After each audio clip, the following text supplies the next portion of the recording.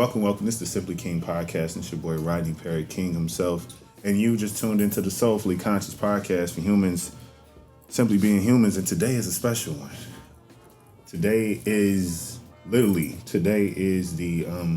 6-year anniversary of the Simply King podcast. Woo! Talk to him.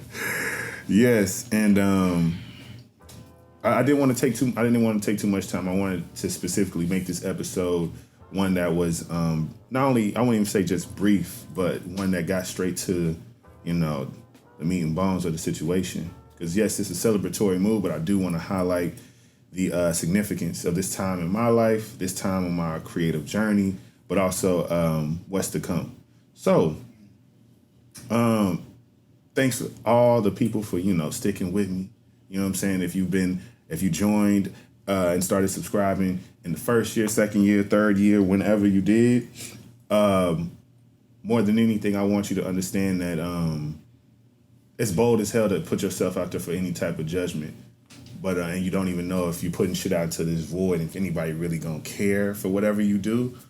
So it feels good. It feels great to know that I'm 6 years in and there's people who still give a damn about me saying whatever the hell I got to say.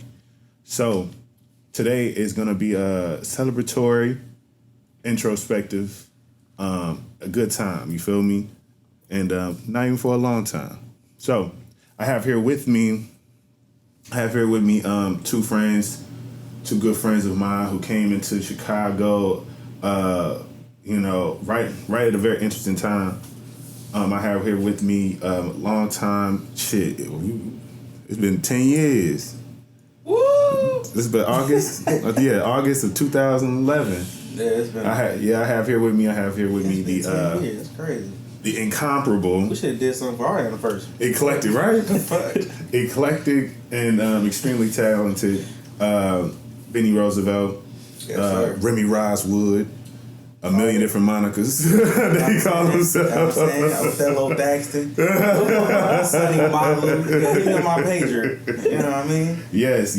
And I also have a new friend that I'm truly getting to know and becoming more and more closer to with every experience and every time we share space. I have here with me my boy Arris. I'm not even gonna try to say your last name because it's gonna hurt me. But coming from all the way from the Bay on your cross country trek back to the Caribbean, you feel me? I have my boy Arris here with me, who's definitely extremely talented and creative in his own right as well. But we're gonna get right into this. I wanted to know, what do y'all know about the number 6? Like when y'all think about the number 6, Crips. What comes to mind? Crips? Why?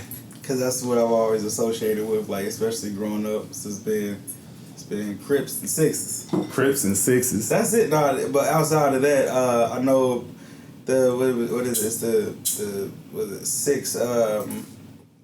What is it? That makes up an atom. 6 neutrons, 6 electrons, 6 something else. Like, I know it's a part of your actual DNA. I think it depends on the type of molecule it is, because it's different for each one. But I think it's an atom. For the atom. It's different for each one. Wait, we got different atoms? For each type of thing, like what this is made of may be this many, you know what I'm saying, protons, this many electrons, but it's not everyone doesn't have the exact same amount. Some things are more massive than others, so they have more mass than the others, so they gotta have more electrons, more neutrons, more protons, which is just positive energy, negative energy, and neutral energy. Oh, it's carbon. That's what I think of. 6 protons, 6 neutrons, 6 electrons. Carbon. Yeah, but that's what I'd be thinking of. Yeah, we all made out of carbon for sure. Carbon is in most things, yeah. All things. Not all, but yes. No. That's not how the world works. Yes, it is. It's something that doesn't have carbon. That's how it be. Oh, Lord. What about you, Arris? When you think of the number 6? When I think about the number 6, what immediately comes to mind is the perspective from sacred geometry. Right? So I think about the hexagon, which essentially is 2 triangles. And if you want to go even deeper into it, right? Sacred geometry, right? So like we can go into the esoteric part of it, where it's just 2 opposing sides, not necessarily positive or negative, but just showing 2 opposing sides. Most often, this is displayed as like masculine or feminine energy, but the overall arching significance of the number 6, 6-sided thing, 6 shapes, is this balance and harmony, right? And you'll hear that a lot anytime someone brings up the number 6. That's why it's so significant. That's why bees and the way that they build the honeycomb is perfect harmony, right? People could say, well, triangle is the most efficient, it's the strongest shape. Yes. Which is true. Yes. But when you're talking about harmony and balance, right? Something that represents the mind and the body, right? There's so many examples that you can pull from. Heaven and hell, God and earth, you know what I mean? So when I think about the number 6, I think of complete harmony and balance within all things. It's funny you say that. It's non-living things that don't have a carbon, but makes sense. You said it's 11 things? No, non-living things like diamonds and shit like that, like water. Inanimate things. See what I'm saying? Yeah. So, it's a lot that got carbon. when I was Googling, doing research on the number 6, just to figure out, like, okay, what does this mean? How should I approach it? What does this mean for just the show in this particular time and what this next year is going to be about? I came to this from mastermindcontent.co.uk, and it resonated, and I'll read it to you guys as so. The lessons to learn from the symbolic meaning of 6 are harmony, balance, sincerity, love, and truth. We are required to call upon the energy of the 6 anytime. I'm lost my place. Upon the energy of the 6 when dealing with diplomacy, sensitive matters. It is the ability to feel compassion and love in any given situation. In numerology, the number 6 indicates a balanced personality. People who predominantly display features of the 6 are responsible, idealist, carers, unselfish, teachers, protectors, charitable, and have emotional depth. The negative aspect of 6 personality is that you are disconnected, hypocritical, weak, shallow, submissive, restless, and easily stressed. So, and then yes, they even go into talking about kind of the esoteric and, sacred geometry and all that. I think for me, it's funny because I think so much of what this year has been is the solutions to a lot of my things, or the things that's been kind of presented to me consistently, has been by way of like the woo-woo, has been by way of like these spiritual things. And I really wonder, I guess I'm drawn to it even more now because it keeps showing up. Either the people I meet, the folks the rooms I end up getting into, and it feels so, I don't know, it feels so impactful, it feels so resonating, and I feel drawn to it in a lot of ways too, so I'm not surprised that is what the 6 really is. I don't know what the fuck Drake was talking about, but, because I don't even know if people call Toronto the 6 like that. Like, I don't know. Talking about carbon. 6. Definitely not talking about. He was definitely not talking about carbon. I don't know what the hell he was on. All right. You can laugh at it later because you know it was fun. No. Yes, it was. Yes, it was. But I wanted to ask you all a question, and that is, and I want to answer too. How does it feel like, in this particular phase of life right now, we all are, even if we claim it, always in a kind of a state of transition. We're always going from one place to another, trying to go from this stage to the next phase. We're naturally growing. We're going to get older. Something is going to progress. There's something always happening. I guess I want to ask you, how is it that you all see yourselves moving from this phase that you're in now to the next? Like, I guess, what do you feel like you're doing to, I guess, make that or welcome whatever that next phase is? If you already know what it is, you can speak to that too. If you don't know, I guess, what are you doing to figure it out?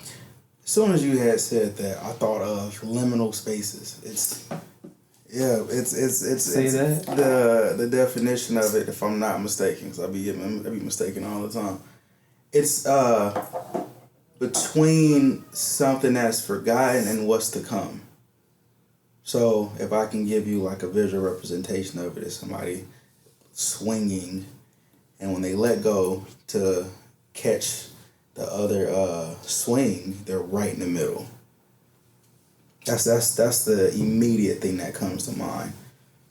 But to answer the question, it's to build and have consistency on very basic levels, because that's something I have not had. Well, outside of making art.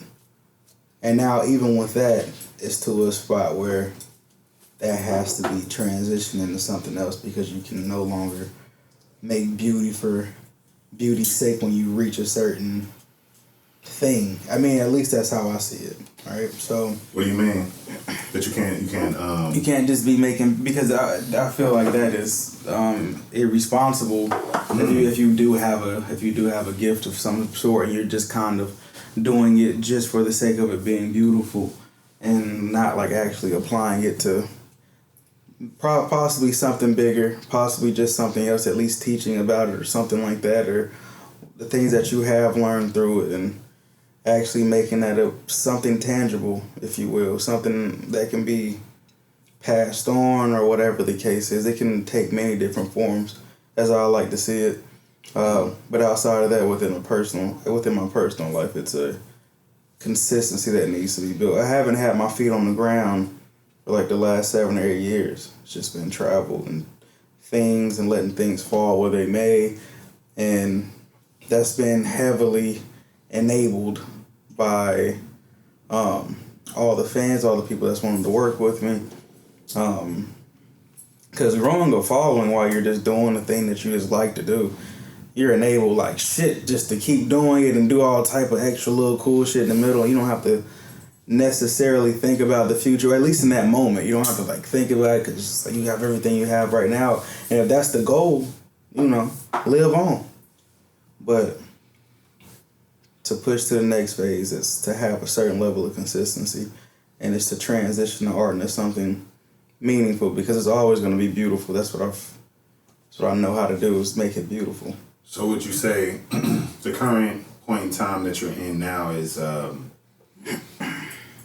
limited space, that space of, the space of in between, realizing the last 7 years were exactly what they needed to be to get you where you are now, and now you're in that space between, from I'm still here, I'm still able to touch that, I can continue a lot of those patterns, but I'm also able to like now reach in newer spaces because of what I've learned from those times? Is that what you're saying? Now, what I'm really saying is, what Say that then. Right. What I'm really saying is, it's time for a change, period. Like, all those things are going to be I've done them. They already are part of the things. They're gonna definitely be there. Now it's time to do all the things that I'm either afraid of doing or I haven't done, and because of I was doing something else. Because I was doing something else altogether, and I wasn't focusing on the things I needed to focus on. I feel that. I think that's still a beautiful way to think about it too. Mm-hmm. I think I learned in this past year, in 2020 especially, is that we damn near are kind of indoctrinated to believe that we need to rid ourselves of the bad things we possess, either the bad habits, the bad qualities, whatever it is, quote unquote negative. Right? And what I came into realization of is that I'm a fuck around and like kill myself trying to like make myself be less of something that's like been a part of me for so long. Yeah. Mm-hmm. And I think it's the intention around it too that I realize. It's like I don't ever mean to do any of these things that harm me or harm somebody else. Maybe it's not a matter of ridding myself, but truly managing and minimizing the space that thing takes up. Because if I just allow myself to be, let's say if you're a procrastinator, for instance, And that's something that is detrimental to you and can be detrimental to people around you if you don't manage that. It's like because it's something to literally do something about. And what you're doing about it is how can I say, you need, if you're a procrastinator, you need to create your life so that's what you don't do. If that's your nature, then what I need to create is, okay, I need to be a better note taker. I need to set personal reminders. I need to damn near almost reverse sabotage myself into doing the right thing instead of instead of being, reactive, being proactive. It's like, I know how I am. I know I'm gonna wait till the last minute. I know I'm gonna whatever. I'm going to now call you and be like, hey, bro, it's this thing I really need to get done, but I'm in a real, lazy procrastinating mood. Can you call me every day and just ask me how it's going? If that's all you really need, like just somebody to literally keep that shit on your ass, just so because you need that pressure. Even though you have all this time at that point in time, you do that from the beginning, more than likely the procrastination won't have any room. And if your goal is to get the thing done, but you know and you're aware of your tendencies, you're going to achieve that goal because you're going to at least be forward thinking enough to be like, all right, this is what I got to do this. This is what I got to do that. I'm usually not the motherfucker who usually gets shit like this done like this, but I got to try something different because I can't stop being that. I just got to grow into better habits and allow for that habit to be a small aspect of me. That's the lowest frequency of me. That's, you know what I'm saying? But if I stay high, if I'm actually accessing and assessing the higher version of myself, then hell yeah, I'm going to just do that type of shit. You feel me? But same question to you, Arris, like, we're always in steady transition. What do you believe you are doing now to get into the next one? Or what phase, well, I guess, what are the practices, what are the things you're doing to understand what that next thing will be or looks like? Yeah, no, I want to go back to what Mr. Rose has said. Yeah, go ahead. Liminal spaces, right? So we're talking about liminality, right?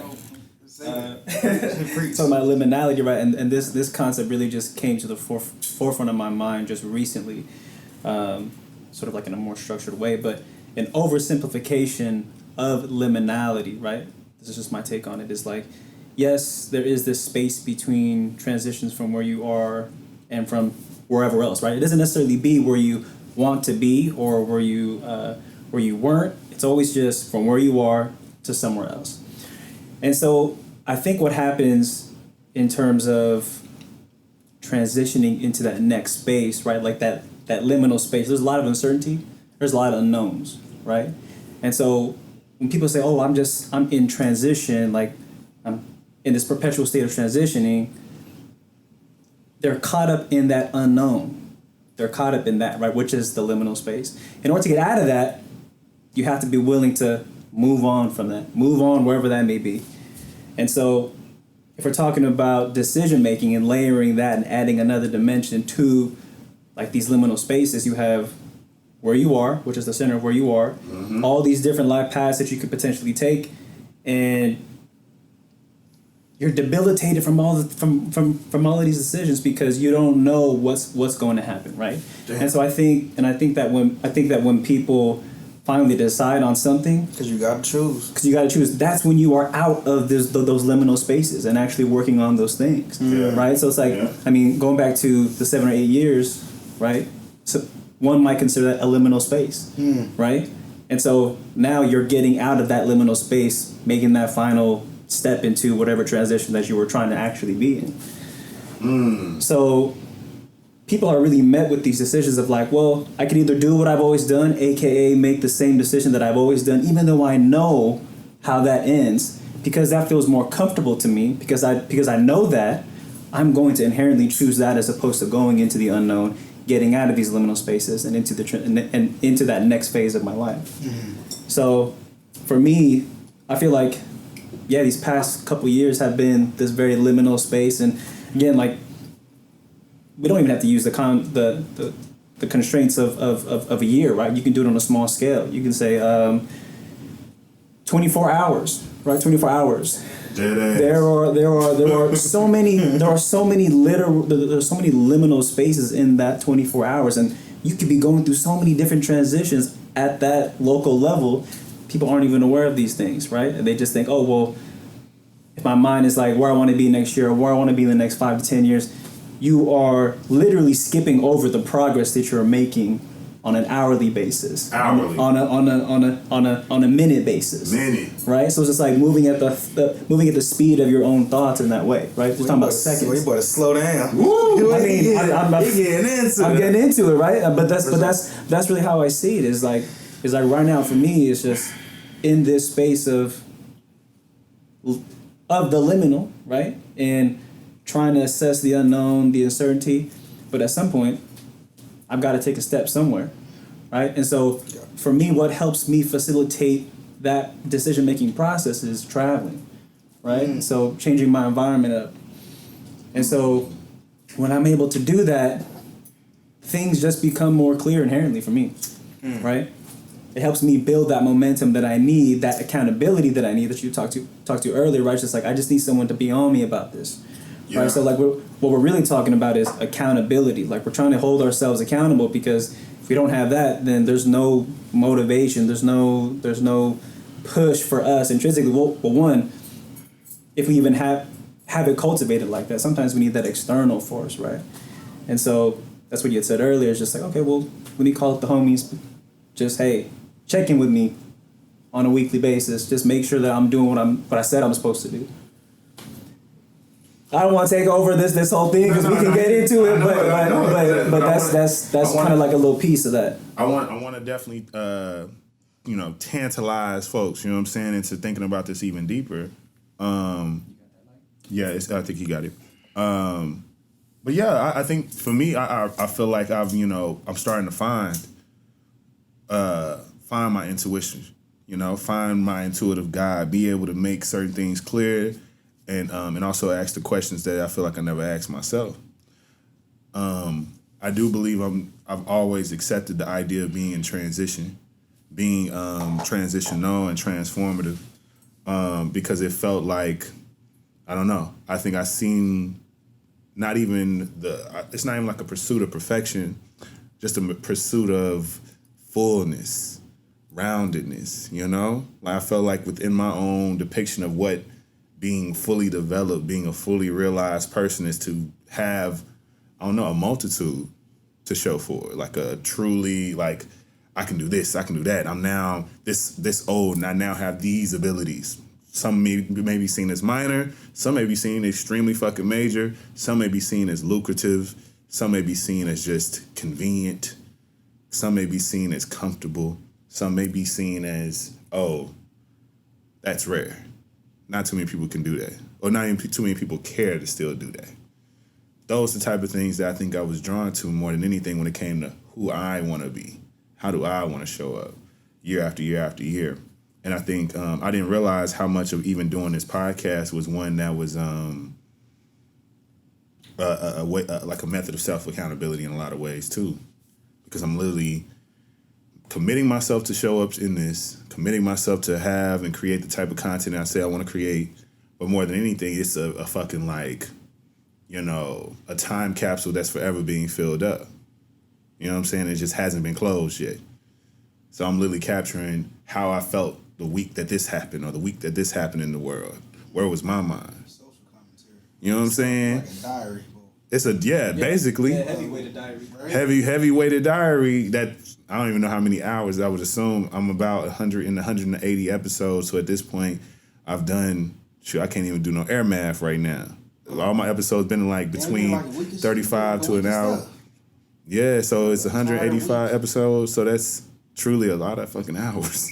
Like an hour per episode, right? Almost, just about all of them. Yeah, I feel like I started doing the special delivery episodes maybe in year 3, where I started doing like very specific solo episodes that I wanted to be shorter. Because even with my solo episodes, I was stretching them shits out to like at least 40 minutes to an hour just because I could. And also, just because it was the beginning, I was rambling, I was trying to find my voice, I was trying to, get my shit off and be aware of that. And I think I now am way better with that. I can get to the point, be concise, be joking. If I want to come at it comical, if I want to come at it deep, I could do that shit. It just depends on how I'm feeling about the content I wrote. But what I feel like, I like that I now feel like I can do that shit on command. And that's how I know progression has really happened and happening. You know what I'm saying? When somebody just hit me up and call me, tell me a thing, and I'm able to regurgitate some type of idea based off of some shit that might not even have no connection prior to this conversation, but that's the influence and the inspiration to whatever you said. It's like, oh, it sounds like you want to do this. What's that? Oh, it's this movie from blah, blah, blah, this and that and the third, blah, blah, blah. This is kind of what the depiction of it was. Then they go see it and they like, oh, that's exactly what the fuck I'm trying to do. So learning that I speak the language of creativity was a fully realized more than ever in this year to me than any other time. I feel like I wasn't allowing my ears to be tuned to that and stay attuned to that. And now, yeah, I set a goal for myself that the life that I want to live for the rest of my life is one where I can create something new every day. And I think for the past several months, essentially that's what I do.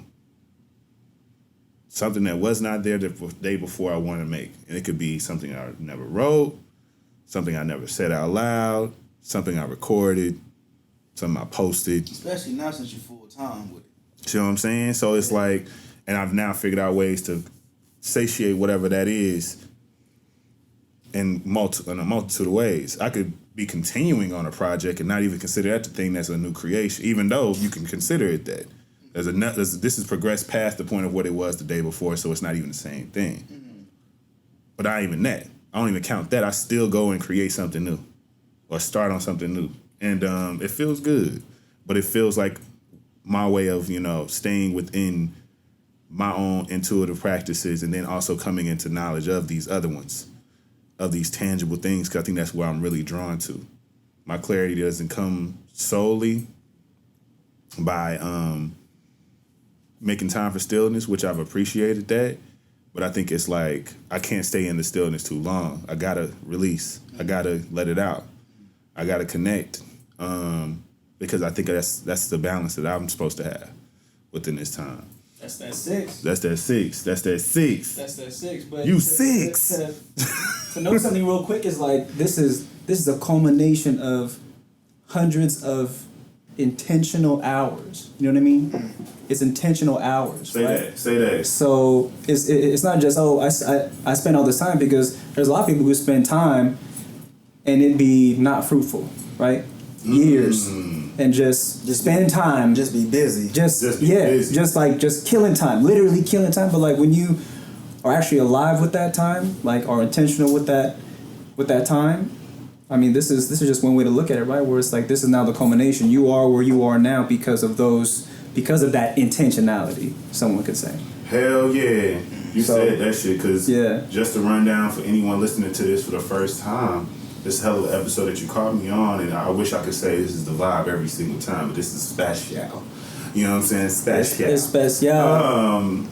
But I think you should tune in and tap in with me regardless, because I'm proud of the milestones that I made, because it was ones some of them I didn't even make up. Some of them I didn't even expect to have. You know what I'm saying? I didn't expect to have a multiple motherfucking international guest on my show. And I believe all of my international guests found me. Which is, yes, I will accept the ego stroke that is. So I got episodes from guests in motherfucking Australia, London, Italy, Lagos, Nigeria, motherfucking Brazil. And I feel like another place in South America. Yeah, hell yeah, go crazy. Yeah. And many more to come. Yeah, so many more to come. Mm-hmm. So many more new cows to, create spaces for it. And I feel like it's necessary that we, do just that. But the next question, the next flow that I really wanted to kind of tap into while we in this particular mode, I have only two more questions. And that is, what are those barriers? Tell me at least the top 2 barriers that you feel like are pretty much in your control to break down, and then give me 2 that feel uncontrollable. Money management, consistency. Which 2 of those? First, that's the ones that you feel like you control. Control that. Yeah. Control the fuck out of that. Yeah. And what about uncontrolled? Shit, the weather. Hey, say that. You are a photographer, so it's like, I need some light. I need some light for real. Right. And shit. This was an interesting one. I'm not sure why I'm picking this, but other people, because I know now I really have to expand. It has to be beyond myself. It has to be groups of people that we have to work with to make a project come to life and things of that nature. So it's the aspect of controlling. That's out of my control. Like, I can give somebody a call, tell them if they don't show up. It's just like, well, shit, I can't do much with that. But I guess that just comes with the territory. So I'm gonna have to let that fall by the wayside. But another one that I will pick that's just out of my control is shit. At this point in time. It's kind of interesting. Mourning, that shit hit whenever. That grieving just hits you. Like, now you can be chilling behind, next thing you know, fuck. It can all hit you, just like that. So and that's the most human shit ever. It's hella human, Like human to die. It's human to die. It's human to mourn. I suppose what feels like it has a lack of humanity is how we go about it within this country, to where there's no real culture centered around death. Like, if you travel outside of here, then there's a specific, depending on where you go, there's a specific way they cater to death. When I say they, it might be, what's the good one? Like the Hispanic folks, or when they have like Day of the Dead. Don't get me lying. Do they have Day of the Dead? Yeah. Man. Okay, yeah. cool. I'm about to start. Mexico. Even in Hindus and New Orleans. I think that's the only domestic example of like a really great approach to death. Right. Second lines aren't just for festivals and celebrations. They make a second line for you, a whole band. We talking about like a 10-piece band. We talking about the whole family. Everybody got walking and dancing shoes on at the funeral. Mm. And they literally bringing you, your body, in the casket and dancing down the street to where your body will spend the rest of eternity in. And so it's truly like this. We already know you good. We about to shout. You about to right. You good. That's the whole. You know what I'm saying? And also too, obviously, and I don't know do white people even have repasts? They be eating repast? What's that? That's what they call, like, the reception of a funeral is called repast. Oh shit! We didn't even have one now. Yeah, so most people usually eat right after the funeral, just console each other, right. All that. And you've seen it, like, you probably have seen it in film, with white folks. So I guess it does happen. I guess I just never think about it. I don't even know they have cookouts and family reunions. I didn't even know that they did that, and that's what they called it, like a repast and just rush to eat. I'd always thought people had food after because of how energy consuming releasing all these emotions can be. Man, shit. Right? So like, if you've been crying for hours, you're most definitely going to be hungry afterwards, right? Because like you're using all that. Yeah. Right. Like it takes energy to use energy, right? Using all your B12 in your body. Mm-hmm. Crying. I mean, if you're not right at that level, then it's like maybe you might not be hungry. Maybe you might not want to eat because you don't got the energy to do it. You literally directed all of it to the mourning, to the heartbreak that comes along with it, right? And so, I mean, you'll see plenty of examples for that. Mm. Yeah. I don't know. I think it's interesting for me. No, wait, yeah. I think, Arris, you go first. 2 things that you feel like are in your control, that are, I guess, feel like barriers or barriers or some type of obstacle that's in your way, and two things that are uncontrollable that are in your way? I would say the first two for me, that is a barrier, and I love the language being used here. It's like barrier, right? It's not a boundary, right? I think a boundary is something that you set, cross. that you have actively set to be, wherever it is that you want to be, progress or whatever. But the barriers, right? Totally ego driven. I don't want to spend too much time on this, but it's like financial management. That's what I'm saying. Just the barriers, right? It's like it's something that's coming from the wayside. So two big things: one, creatively and relying on the external to kind of help fuel the creativity, right? So like that's something that I can manage, right? Anytime that you can just create, right? As creators, just creating something doesn't necessarily mean that you have to have a certain ingredient list to create or even get to that point where you're actively creating. It's just like, well, I'm going to create something and it's going to be out of nothing, right? There's no reliance on, I might need a model to shoot. I might need someone to talk through concepts with. It's just like, wait a minute.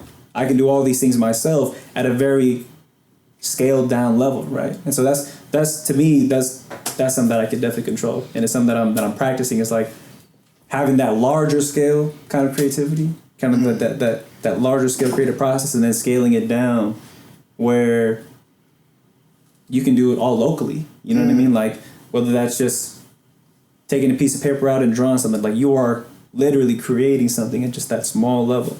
So I would say that's the one barrier that I think that I've been really, really focused on, that I know is in my control, that I could change, that I'm trying to get better at. I really don't have a second one, because that creative one has been at the forefront of my mind. If we're talking about uncontrollable ones, I would say sort of along the similar lines of at the external, but just like emotions. I would say those emotions are uncontrollable. You know what I mean? I think people think, you can just control your emotions. Like, no, I mean the actual emotion itself you have no control over, right? But manage it. Exactly. Like you can manage it once it's actually being processed through. Like once you're actually processing those things. But the emotions themselves, that's not something that you actually have control over, right? So it's like you're gonna funnel that, right? Because you are this hub, this great processor, and from there, that's where your reactions are coming from. That's where your response is coming from. So that's why when someone is responding with tears, almost, right? Just heartbreak. So yeah, had a lot of loss this year, myself, and kind of confronting the fact that I could not control my emotions in that one moment made me realize, like, oh shit, like if you think you can control it, you really are just dimming the fire that these emotions carry. Whether that's happiness or sadness, right? People tend to dim the ones that make them sad, or dim the ones that can carry sadness with it, and then pour gasoline on the ones that are meant to be happy and euphoric. So for me, it's those emotions that I know that I can't control. But what I can do is, once I'm processing it, I can then choose how I want to respond, choose how I want to react. But yeah, those are the two big ones. Definitely is that creative inspiration, totally controllable by me, and then the second one is just the emotions, which before they even get to where I'm aware of them and can be processed in a particular way, those are uncontrollable for me. Damn. Yeah, I had to get this. Yeah, I had to get this. I think, thank you both for, giving me that, because I think it's mad vulnerable to, express and be honest with yourself in a room by yourself.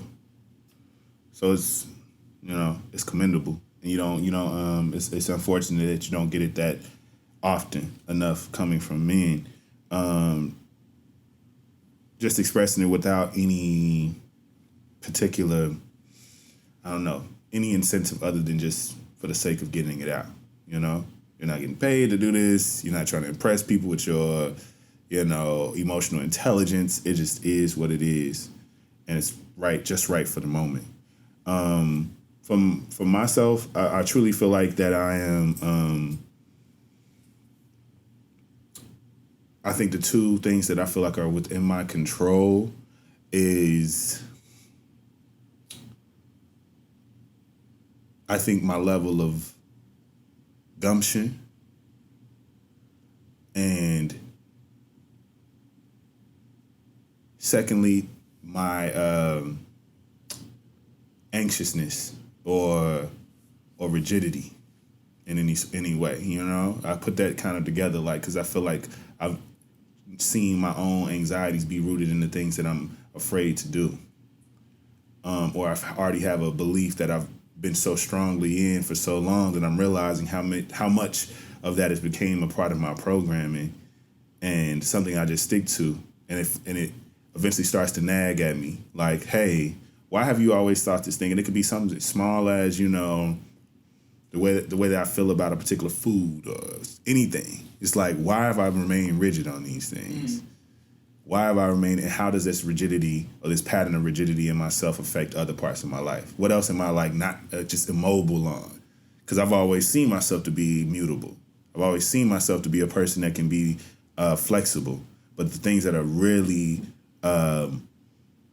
not working for me is it feels like the doors that I need to be in and need to go through, I can't get through them because I'm so blocky.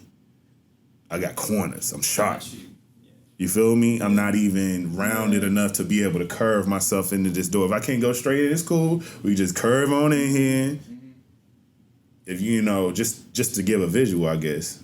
Like, if it's a big square thing with corners and you can't do nothing but scrape the side, you're gonna go through this door with some some nicks. While, if you're rounded, have a sense of give, of ebb and flow to you.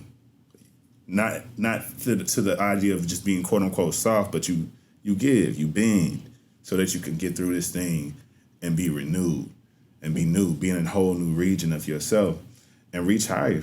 The uncontrollables are really the changes within the world right now. I think I am in the business of not only, I'm in the perspective and media business.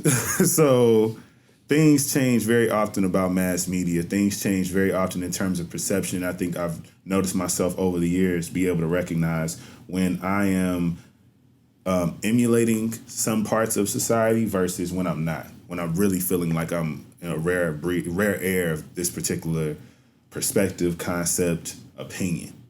And that's where I like to stay. That's why I like to continuously cultivate for the business that I'm in. I know that there is money, know that there are rewards for having the idea of, I want to say this for the first time. I haven't heard this particular opinion being spoken to, and it's not, I'm glad that I'm not getting there by way of being a contrarian. I'm not getting there by way of just trying my best to be, give a hot take. It's like, this is what I feel.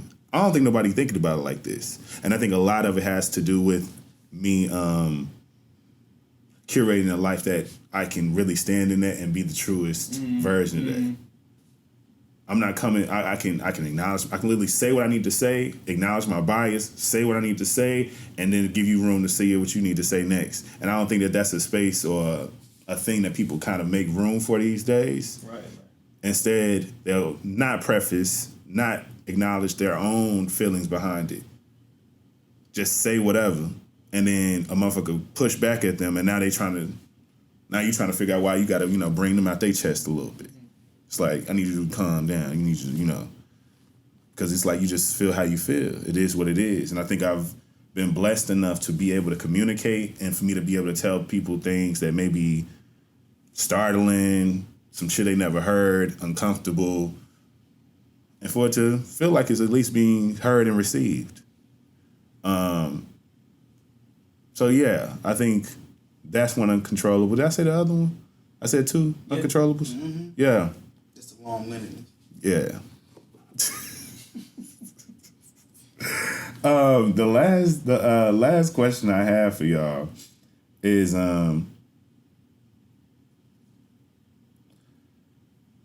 what do you believe your highest self looks and feels like?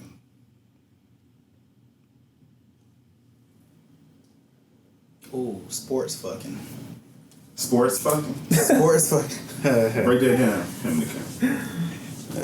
Break that down for me. Even though I'm jokingly saying it, it's this idea that when you are fucking, it's like, nah, we fucking for sport, like we up here working on breathing techniques, like we been out here in the world working out, doing our thug thizzles, getting our shit together. So when we fuck, we got to put all these things to the test, and I think one of my highest selves really looks like, oh, we're going outside for fun. We're about to go climb trees.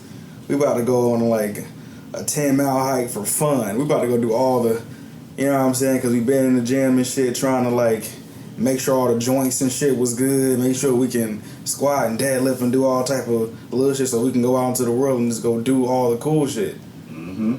Like skin looking good, feeling healthy as shit, you know. Don't gotta worry about no cash because it's like you already gotten all the systems in place, even if they're really simple systems to where I'm eating off of this. I ain't even gotta really put too much effort into it. You know what I'm saying? So after that, it's just like, all right, world, let's do this shit. You know, let me go ahead and intake all the things because I've really built myself, mind, body, and spirit. You know, hair long and shit, groomed. And like, looking how I feel, great. Like it's like you ready to, like a chick ready to do some sports fucking. You know, even though it's funny, it does have a little bit of something behind it. But outside of that, when it comes to art, there's a certain level of being refined to where it's like, oh, nah, these motherfuckers put this shit together, like, to a point to where I, as the consumer, don't have to think about what could this be.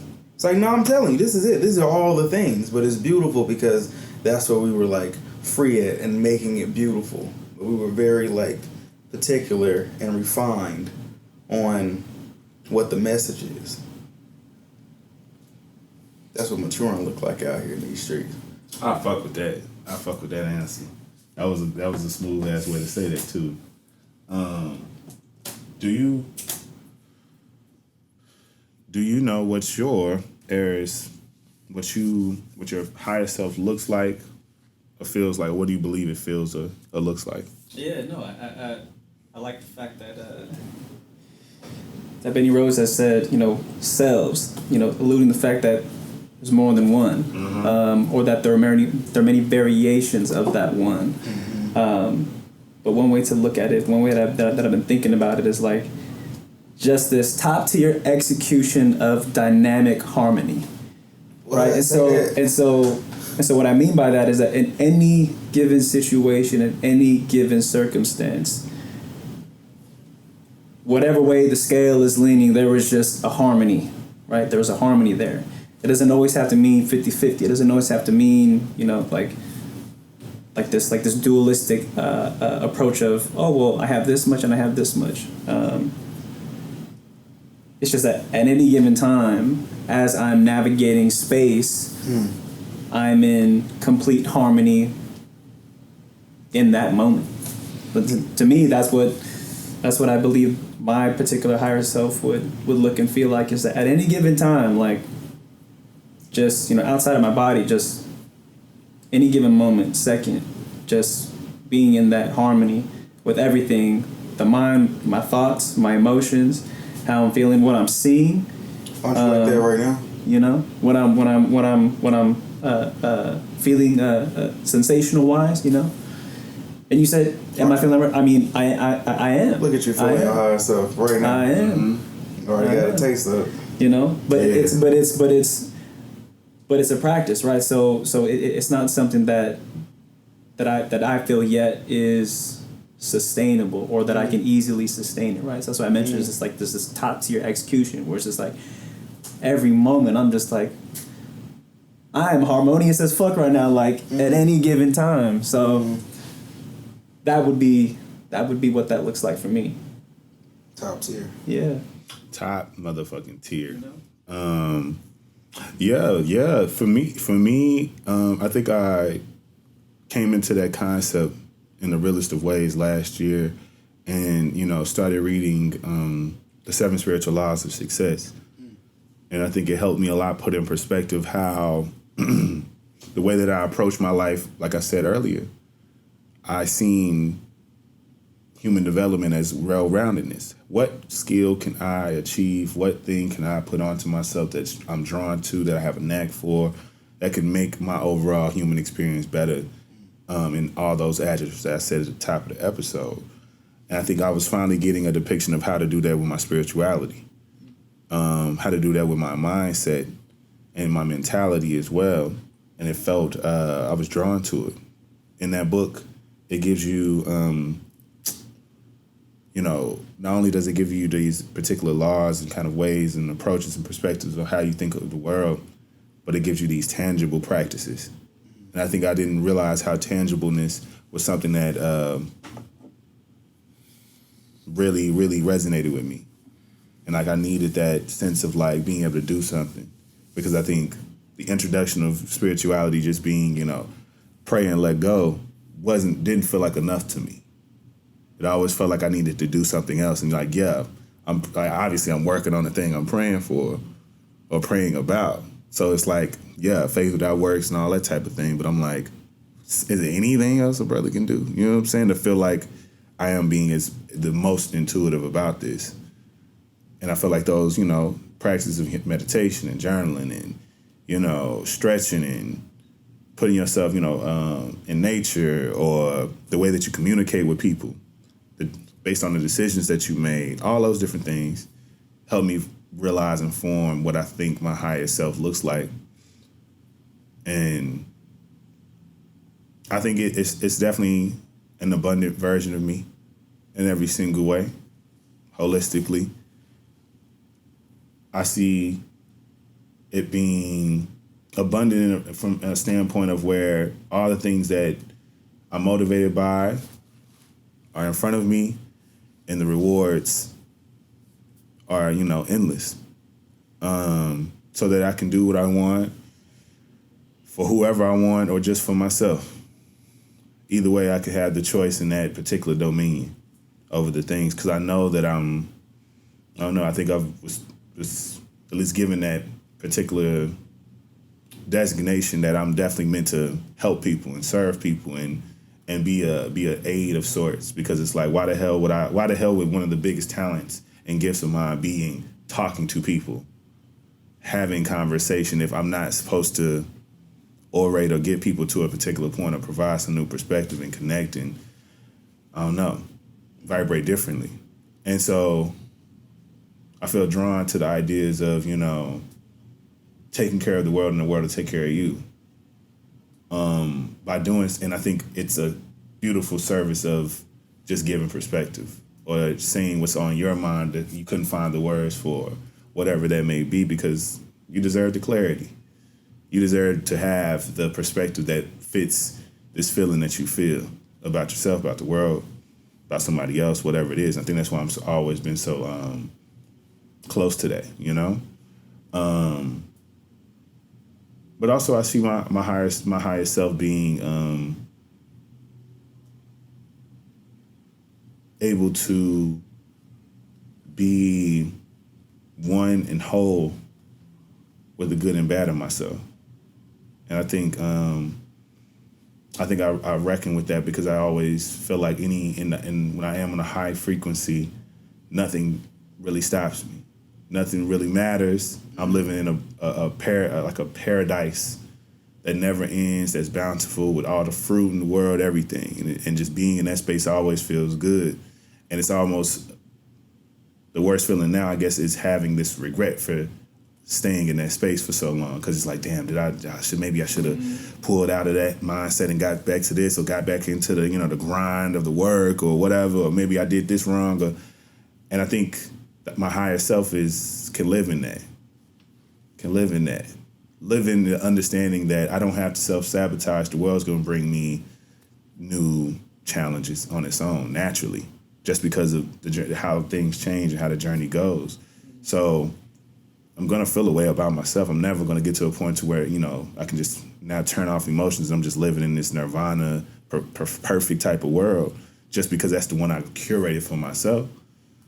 I think it's more so making those things more, being intuitive about them and being prepared for them. It's like, I think I need to sit down because I don't know what's about to occur. I need to sit down because, I don't know this. I maybe need to, be a little more active or be a little more of this, because I'm actually guided with some inner knowing more than I am just allowing the world to just happen around me, and I can contribute minor and majorly. So that's what I see. You know what I'm saying? That's what I see my higher self being, and it feels great to feel like that's who I'm about to truly be introduced to, and it feels good because I feel like that's where I need to be. That's where I need to go more than anything. But I think we can wrap up this young celebration. I went a little bit longer than I wanted to, but we good because we making great time.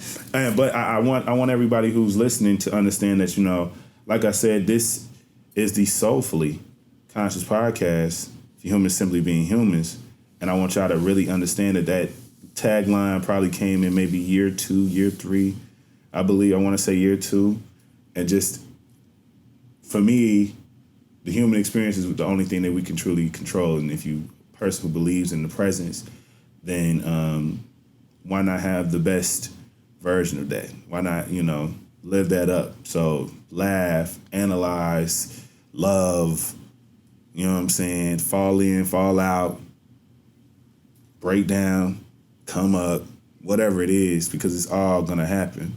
And it's cool, because you're just simply being human, The last thing, my send it on portion of the episode, which is one of my favorites, because that means it's the end, but also it is a call to action. You'll hear the great sounds of D'Angelo right behind my voice right now, so I hope you know what I'm saying. Hope that you ain't listening to this later at night. This might get you. Voice. Both together is what I'm saying. Nevertheless. All right, might get you. Yeah. So, I'm stupid. My send it on is actually a homework assignment, right? Giving them homework. I want you to write down how you are in your own way. And I hope that you share it with me. You can hashtag. I'm hoping. I want them to do it, but you can share it as well. With me. With me, at least. He's like, with me. With me, at least. Tell me what the fuck. You can hashtag simply human, and just, you can post it. You can give a little snippet. And I'm gonna definitely share mine as well. On my story or just in the curated post. That's you being human. Doing some human shit. Because it don't got to be any more complicated than that, That sound like anxiety. It's somebody anxiety. Hey, just be human. And they like send it to me. Real human out here. Be real human. What's that mean to you? Oh, Yes. All right then. All right then. But that's all I have. I want to thank y'all for. Hold up, I gotta call that action. That's what this part is about to be. That's how you about to wrap it up. It is, but it's how it goes. Oh, I have to process. So, Benny Rose and Arris, I want you to let me know. I want to thank you for doing this with me, bringing it in. Oh, you're welcome. Thank you for Anniversary, you know what I'm saying, episode. But in addition to that, I want you to tell the people anything that you would like them to know, any call to action that you would like to give. And then, My time to shine. yeah. Good. I would like to keep this hella simple. How about this? When a boxer is actually doing their thing and throwing jabs and punches, they're not thinking about, oh, I'm about to hit this motherfucker with a right. It's already an intuitive thing. They're thinking it and they're doing it. It's this idea that when you try to hear something too much, then you kind of lose that ability to hear. Like if you stare at something long enough, then you can start to see your vision like going, and like it's a very interesting thing when we're trying to do something. So I say you do it intuitively. You don't have to think a whole bunch about it because your brain is already wired to do all type of cool shit. You know, it's the consistency of this boxer constantly taking jabs at the bag. So by the time he go to fight, it's already mind muscle connection. You know, so get into that bag. Make sure you're doing something on a very consistent basis. So by the time it's time for you to show up and show out, you already in tune. You already in that moment. You already trust yourself. That doesn't require a whole bunch of talking. Hell, the only amount of doing that is actually going to cost us something consistent every day. Because we can't show how bright we are when all the lights are on, you feel me? It's just in those dark times. That's how we can show up for ourselves. That's a bar. Yeah. That's a bar. Like you said, hella simple. That was real simple. Yeah. That was real simple to me. What say you? So I want to come back to this decision making process, right? Like we talked about liminality, right? And this could really go and be applied to really any situation that a person may be in when it comes to making a decision. When you're met with that unknown and that uncertainty, right, your initial instinct is to kind of go to your comfort zone, right? Be comfortable, right? And a lot of folks say, oh, well, I'm just trying to get comfortable with the unknown or with the uncomfortable. It's like, I mean, you can't really do that because that's it's part of that new experience. As soon as you become comfortable with it, it no longer becomes unknown and can never be unknown again, right? Like if that's what you're trying to be comfortable with. So the unknown and the uncertainty is part of the process. It's part of the growth. So I am calling out for people to, even if you don't know, your next decision, whether it's right or wrong, like try to reframe your mind and to not think about it as right or wrong. It's just, listen, I was doing this, and this is what was happening, but I need to do something. I need to decide on something else, and it can be anything else, right? Despite the consequences, despite the risk, the associated risk to it. And choose that, right? Choose differently. So a lot of people say, oh, well, I've grown a lot. It's like, I think a good indicator of that is like if you're choosing differently, even if you're not choosing in the way that you want, right? Like that's ultimately, that would be great, right? If we could choose and be like, this is exactly what I want. I'm choosing what I want. So call to action is really just try choosing differently. And you'll see that the host of opportunities, the host of new decisions that you can make are there, right? People are always kind of scared of, well, if I choose this way, I can't come back, or it's I don't want to deal with the time it takes to come back because I'd already gone down this road. You don't have to go and stay on that same path. You can continually trailblaze your entire life. You know what I mean? If you do it that way. So I would choose your own adventure. Yeah, I would encourage folks to give that a try, right? I think people get hung up on, oh, well, it's not the right decision or it's not the best decision. It's like, well, it's a decision. It's a decision, and it's better than not deciding at all and being stuck and being where it is that you are right now. Word. So I'll leave folks to ruminate on that. Hey, come on, ruminate. Come on, ruminate. I hear that. I appreciate y'all. I really do. I think that was a great call to actions, everybody. I think y'all need to tap in with us. If you don't know, you should know. You can stream the Simply King podcast everywhere podcasts are available. Make sure that you like, rate, and subscribe on all platforms. You can follow me at Kings_Memoirs. You can follow the page at Simply King Pod. And make sure that you check out lifeisking.com for a slew of suites of services for your creative production as well as your digital marketing needs. I appreciate y'all. Appreciate the new folks. Appreciate the old folks. Appreciate the folks who got here last week. It is what it is, and I'm so glad that I've found this medium, and that it's continuously growing. And I'm here, and I've persevered, and I'm still out here making shit. We're coming back every week with something else. So appreciate you. This has been the 6th anniversary of the Simply King podcast, the Soulfully Conscious podcast for humans simply being human. I've been King. This has been Bennierosevelt, and this has been Arris, and this has been Simply King. Peace.